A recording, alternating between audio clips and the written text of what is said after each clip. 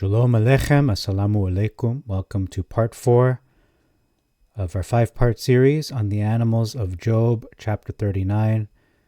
In this video, we're going to look at the horse. So the section on the horse starts in verse 19. It reads, "Hast thou invested the horse with strength and clothed his neck with terror?" The Masoretic reads thunder.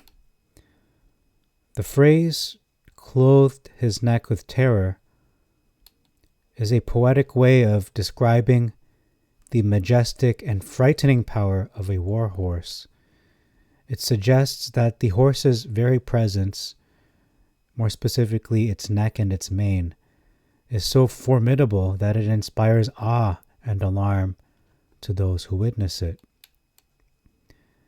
Verse 20, "And hast thou clad him in perfect armor," versus "can you make him afraid as a grasshopper?" It goes on to expand upon this in the Septuagint. What is the perfect armor? His breast, glorious with courage, versus the glory of his nostrils is terrible. Now it's important to notice, to remark that horses don't breathe through their mouth. They breathe through their nostrils. So while a knight, medieval knight, or even a feudal era samurai might put armor or steel plates on their horse, Elohim is pointing out that the horse's thick skin, including their powerful chest muscles and their dense bone structure, are its natural, perfect armor. What stands out is that the horse is a biological masterpiece of over-engineering. While other animals have organs built for survival, the horse's heart and their lungs are built for sustained, high-speed combat and flight. Not running away, but running towards danger, as we'll see. Courage under fire. Horses are known to charge at danger instead of running from it. Now Elohim is making a point to Job that this courage that a horse has is not something you can teach a horse or train it to have. It is gifted with this courage from Elohim himself. You can train a horse to be better at whatever its job is, pulling carriages, but you can't install the soul of a warrior into a coward. Elohim says that he is the one who invested that spirit into a horse. So let's see if we can, there it is, courage, the courageous spirit. Verse 21, "He paws exulting in the plain, and goes forth in strength into the plain." The Masoretic adds, "He goes on to meet the armed men." So the pawing action, let me just pause here. So the pawing action that you see in this video is generated with the help of Grok AI. Okay, it's not playing anymore. Just pause one moment. Okay, once again, this video you're watching here, showing how this pawing action, where it's pawing at the ground, the horse is pawing at the ground with its hoof, this generates adrenaline. And because the adrenaline from that pawing has already triggered the horse's spleen to dump extra red blood cells into their bloodstream. So the horse's spleen acts like a biological reserve tank of red blood cells for a horse. So the horse's blood becomes more oxygen dense. So this mechanism starts when they start pawing the ground, but as they stride and continue to essentially stride, the horse's then that only increases and increases. So, like I said, the adrenaline and the extra red blood cells are further injected. There's more and more adrenaline and red blood cells being dumped into the horse's blood. The more that they exert energy or exert themselves, taking strides. Sorry for that. It's half down.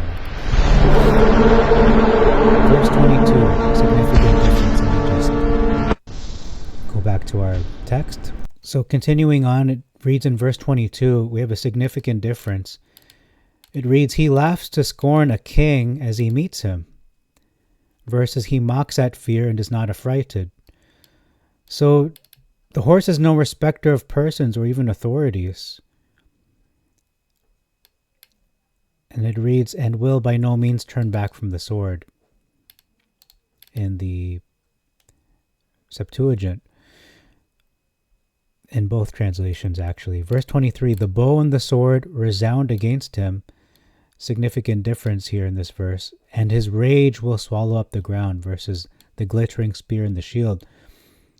So the horse appears to be swallowing up the ground the more that it's striding. You know, if you've ever watched Kentucky Derby, Secretariat, and all these great thoroughbred horses, it looks like they're swallowing up the ground because the very ground beneath them it's like being consumed. All the dirt is going up and into the air, and it's like they're eating up the ground. That's how fast they're going. Verse 24, and even the mechanism of how they run is just a sight to behold. We have our first big difference of the chapter. It reads, and he will not believe until the trumpet sounds, versus neither believeth he that it is the sound of the trumpet. So this is an interesting distinction. I call this the green light interpretation. The horse is coiled, focused, and disciplined. The horse will not move an inch until he hears that frequency of the sound of the war horn or the war trumpet. Once that trumpet hits or kicks in, he is all in. He gets that biological turbo boost that I just mentioned as it relates to the spleen, adrenaline, and red blood cells in the reservoir of the spleen. This is all triggered by that specific sound of the trumpet. A horse, on the other hand, as the Masoretic says, he doesn't believe it's the sound of the trumpet. So if you have a horse that does not perceive or believe that the trumpet is sounding, it is clearly a liability. A horse that waits for it, in the Septuagint, however, is a good partner to have in war. Verse 25. And when the trumpet sounds, he says, aha.